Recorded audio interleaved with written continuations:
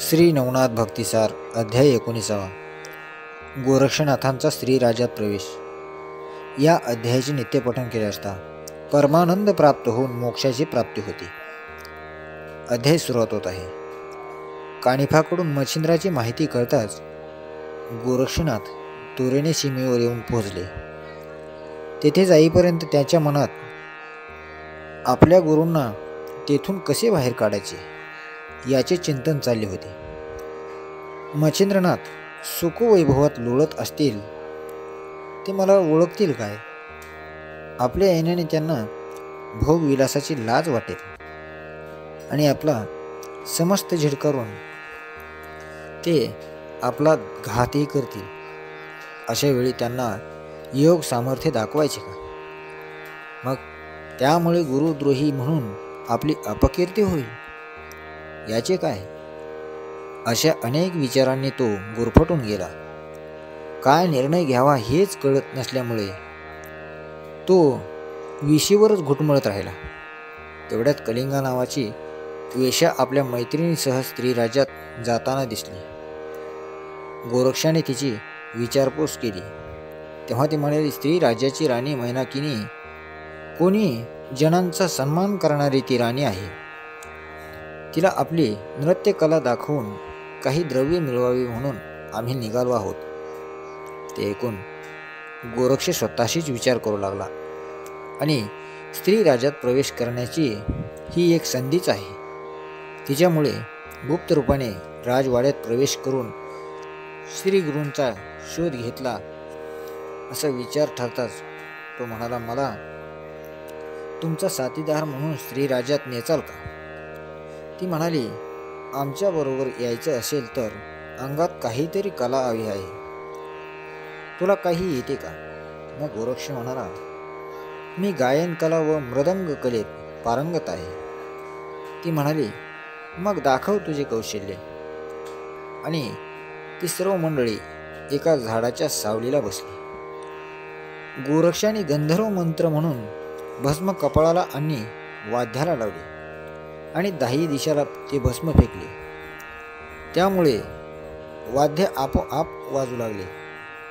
मग त्यांच्या तालासुराला अनुसरून वृक्ष, पाषाण इत्यादी गोष्टी गायन करू लागले.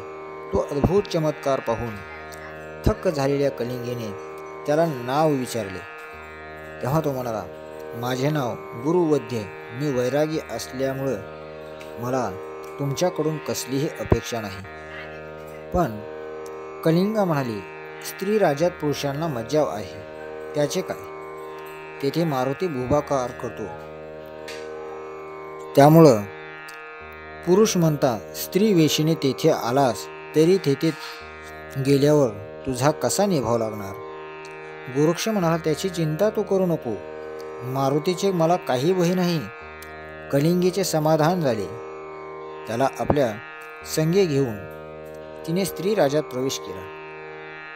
येण्याआधी त्याने सीमेवर स्पर्शास्त्र व वज्रास्त्र, मोहनास्त्र व नागास्त्राची योजना करून पहिल्या रात्री त्याने छिल्लापटून येथे मुक्काम केला.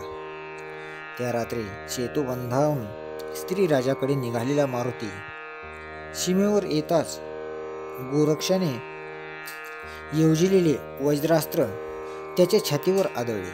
त्यामुळे खाली पडताच स्पर्शास्त्राने त्याला जमिनीवरच खिळवून टाकले. मोहनास्त्राने त्याला आपण येथे कशासाठी आलो आहोत याचे भानच राहिले नाही. तर नागास्त्राने त्याचे सर्व अंग झगडून टाकले. त्या 4ही अस्त्राच्या प्रभावाने तो एकदम तटबंद झाला. त्याचे प्राण कासावीस झाले. आता या भीषण संकटात राम प्रभूशिवाय दुसरा कोणीही नाही हे ओळखून त्याने रामाचा धावा केला. तेव्हा भक्ताच्या हाकेने श्रीराम तुरेने त्याच्यापाशी आले. त्याने इंद्रास्त्राने वज्रास्त्राचे आणि विभक्तास्त्राने वज्रास्त्राचे, गरुडास्त्राने नागास्त्राचे आणि विष्णू रूपाने मोहनास्त्राचे निवारण केले आणि त्याला पुन्हा शक्तिशाली बनवले. आणि भानावर येताच मारुतीने त्यांना वंदन केले आणि हे गुडंत कोणाचे आहे असा प्रश्न केले. तेव्हा ते कृत्य गोरक्षाचे असलेले सांगून मारुतीला नाथांची पूर्वकथा निवेदन केली.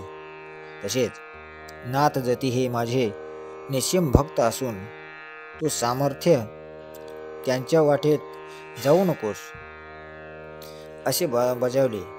तेव्हा मारुतीने त्यांचा ठाव ठिकाणा विचारला. श्रीरामाने त्याला श्रीराज्यात छिल्लापटण येथे असल्याचे सांगितले. ते ऐकून मारुती विचारात पडला आणि तो म्हणाला, प्रभू, येथे आलेला गोरक्षनाथ मच्छिंद्रनाथाला येथून नेण्याचा नक्की प्रयत्न करणार असे होऊ नये असे मला वाटते. तरी कृपा करून त्याचे मन ओळवा. हे मान्य केल्यावर श्रीराम आणि मारुती विप्ररूपाने गोरक्षापाशी गेले आणि त्याला नमस्कार करून त्याच्या सर्व गुणांची प्रशंसा केली. स्थिरतेने ऐकून गोरक्ष म्हणाला, प्रभू, आपण कोणत्या इच्छेने येथे आलात?